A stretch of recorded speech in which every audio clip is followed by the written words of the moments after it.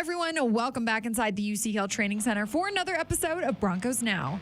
Team reporter and host Sydney Jones here. And coming up on today's episode, we'll hear from interim head coach Jerry Rosburg, all three coordinators, and cornerback Pat Surtain. Plus, I'll have the latest injury report. In Kansas City, senior team reporter Matt McMullen joins the show to take a look at this matchup from the Chiefs' perspective. All that and more coming up.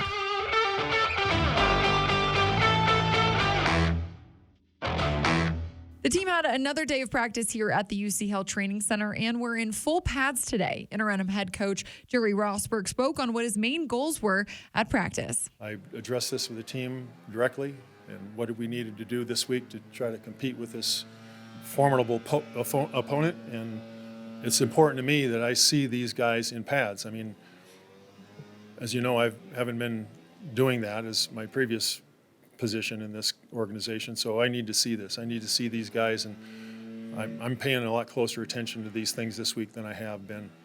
So that's as much for me as anyone, and the young men in that room have bought into that, and they're going to go out there today with the express purpose of getting better. And they also are going out there with a clear understanding of how we take care of one another during practice. So those are our two goals in that regard. He also went on to discuss some of the changes he's already made. We changed the order of things. We didn't change the structure. Maybe special teams is conducted a little bit differently. It's all together at the top, and you're out here, and we just worked with, we kind of rearranged it what I was familiar with and comfortable with regard to the special teams, doing it early. And so I could focus, at that point, I could turn my focus to the offense and defense. The rest of the practice is very similar, the structure that's been going on here. I want all the work that these men and these coaches have put in during the course of this whole season to continue. I don't want to disrupt that. Plus, offensive coordinator Justin Alton talked today about how his role is shifting with the departure of Nathaniel Hackett. Logistically, there's a lot of helping and assisting in other areas. There's a little bit more group effort in certain aspects, meetings.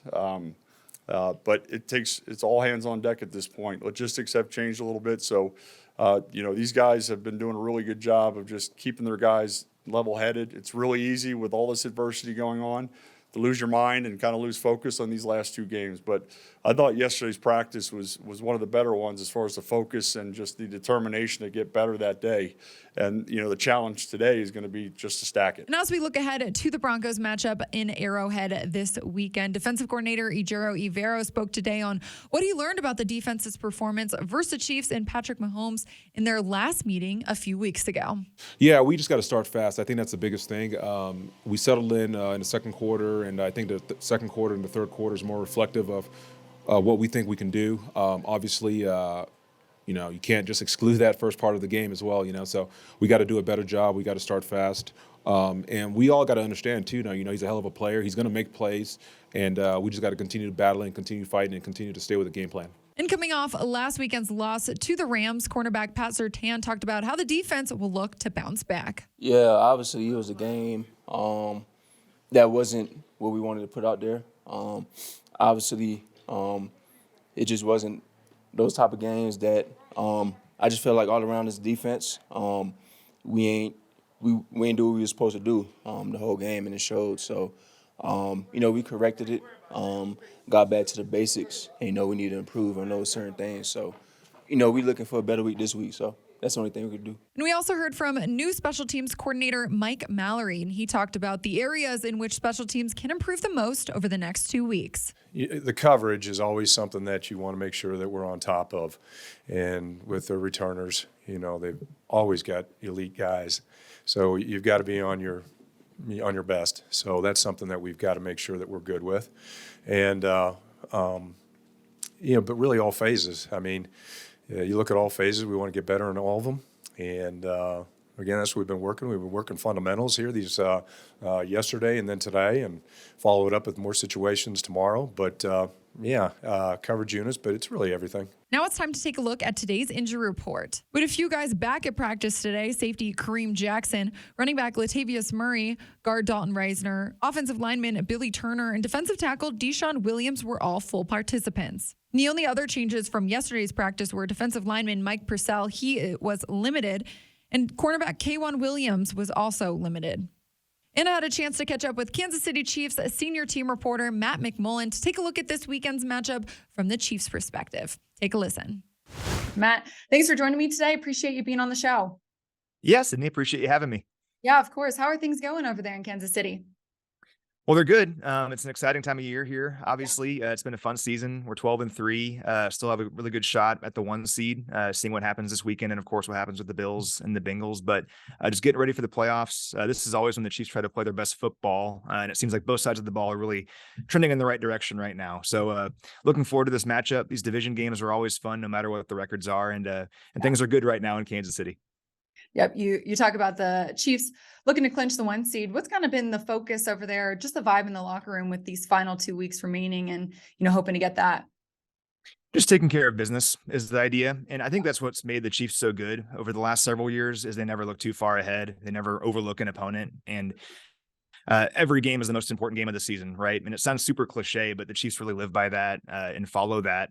And that's what they've been doing this year. They've never looked too far ahead. And it's very easy to start thinking about the playoffs right now and potential opponents and also watching what the Bills are doing. But again, what's so great about this Chiefs team is they're only worried about the Broncos right now. And they have a lot of respect for the Broncos despite their record this season. So it's just a matter of looking forward to just this game. And again, division games, you never know what can happen. So they're certainly not overlooking the Broncos.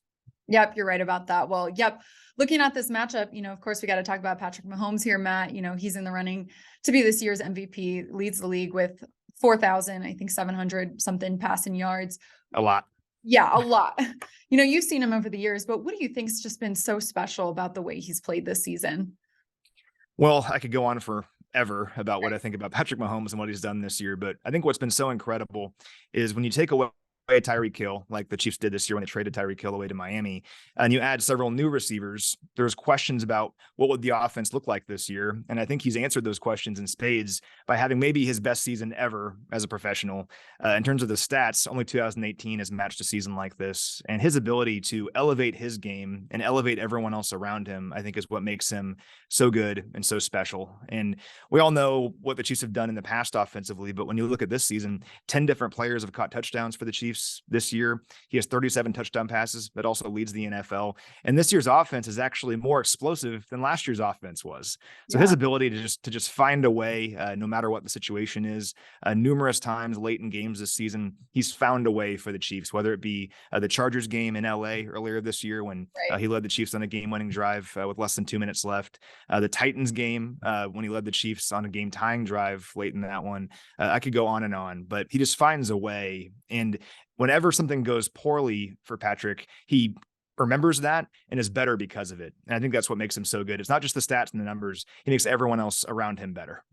Yeah, well, he's certainly fun to watch. Looking back at this Broncos Chiefs last meeting back in week 14, ended up being a really great game. I know the Chiefs, they took a 27-0 lead, but, the Broncos responded by putting up 21 unanswered points. Patrick Mahomes, he threw 3 interceptions. So Matt, when you look back at that game, what were kind of just your main takeaways that you kind of hope to see the Chiefs really focus on, heading into this Sunday? Because like you said, rivalry matchup, you never know what can happen.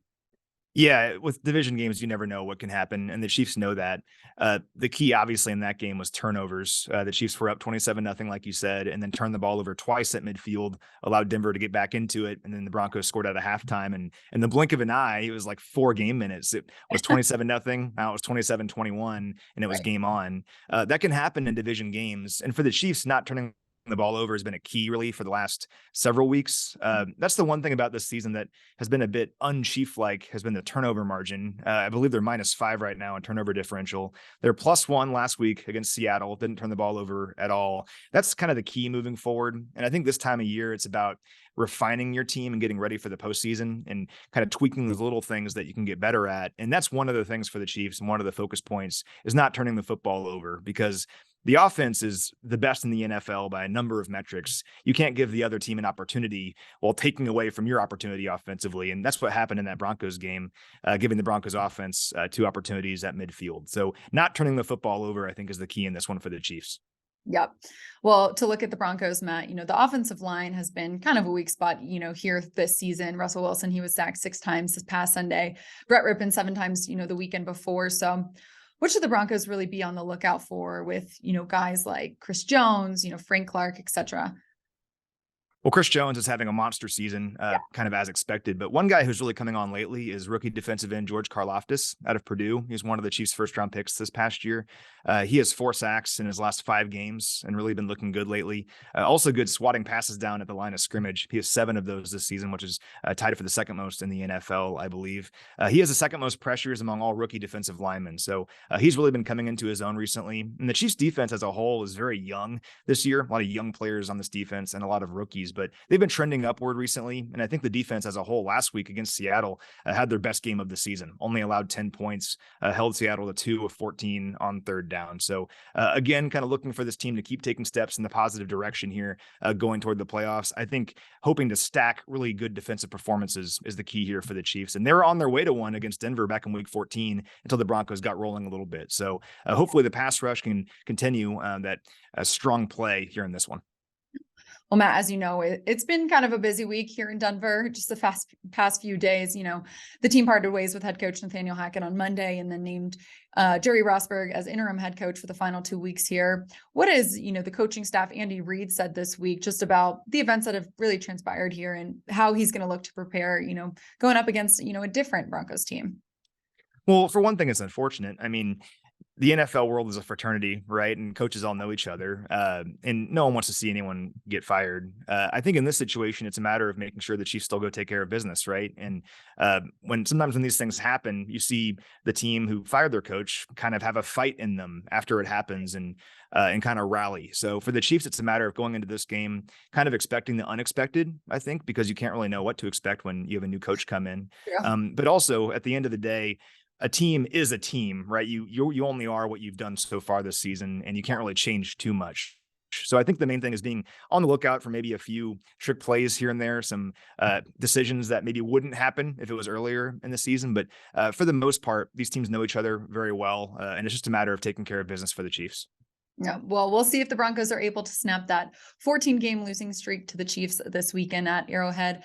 Matt, really appreciate your time, and I'll see you in Kansas City this weekend. Yeah, looking forward to it. Be ready for some barbecue. Oh, always ready. And before we go, we heard General Manager George Paton say earlier this week that the team will hope to interview defensive coordinator Ejiro Evero for the head coaching position. And Coach E spoke today on what that means. Yeah, I mean, that's always an ambition of, I would say most coaches, always strive to be, to attain that position. And, but I'm not worried about that right now. Right now, I'm fully invested in this team. We got 2 more games. We got a great opportunity this week against Kansas City, and that's where I'm completely focused at. Surtain also chimed in and talked about the qualities that would make Coach Evero a great head coach. He provides all the qualities you need in a coach. Obviously, he's a great leader. He's very outspoken. He brings a lot of energy to the room. And, he's just a great person in general, great people person. You could go to him for anything. And, on the football field, he's just going to go out there and bring all the energy. And, he's going to do his best for the team. So, well, that'll do it for today's episode of Broncos Now, Broncos Country. Thanks so much for tuning in. I hope you'll meet me right back here on the Broncos Podcast Network and YouTube tomorrow for a game preview. I will see you all then.